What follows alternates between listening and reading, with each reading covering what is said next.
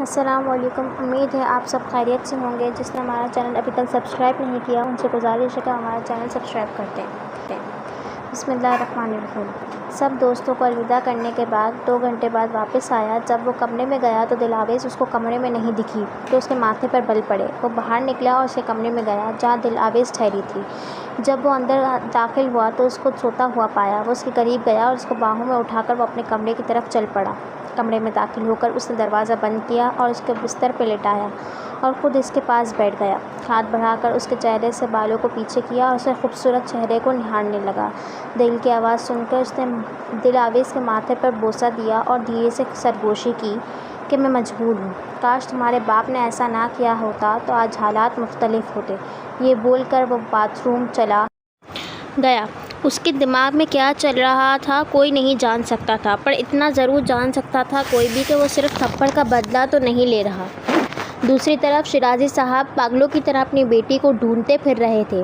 Police میں درخواست بھی کی لیکن کچھ فائدہ نہیں ہوا۔ اب تو یہ خدا ہی جانتا تھا کہ فائدہ ہوا نہیں یا کسی نے ہونے نہیں دیا۔ ماضی: عالم شیرازی اور احد خان دونوں دوست اور بزنس پارٹنر تھے۔ دونوں کی دوستی بے مثال تھی۔ احد خان کا ایک ہی بیٹا تھا جس کا نام شاویر خان تھا، جو کہ بچپن سے ہی کچھ سنجیدہ تھا۔ وجہ ماں کا انتقال تھا جو کہ اس کی 1 سال کی عمر میں ہی ہو گیا تھا، اور عالم شیرازی کی بیوی کا نام اروہا شیرازی تھا۔ دونوں کی ایک ہی بیٹی دلاویز شیرازی اور ایک بیٹا اذلان شیرازی تھا۔ شاویر کو بچپن سے ہی دلاویز اچھی لگتی تھی اور دلاویز کو بھی شاویر پسند تھا۔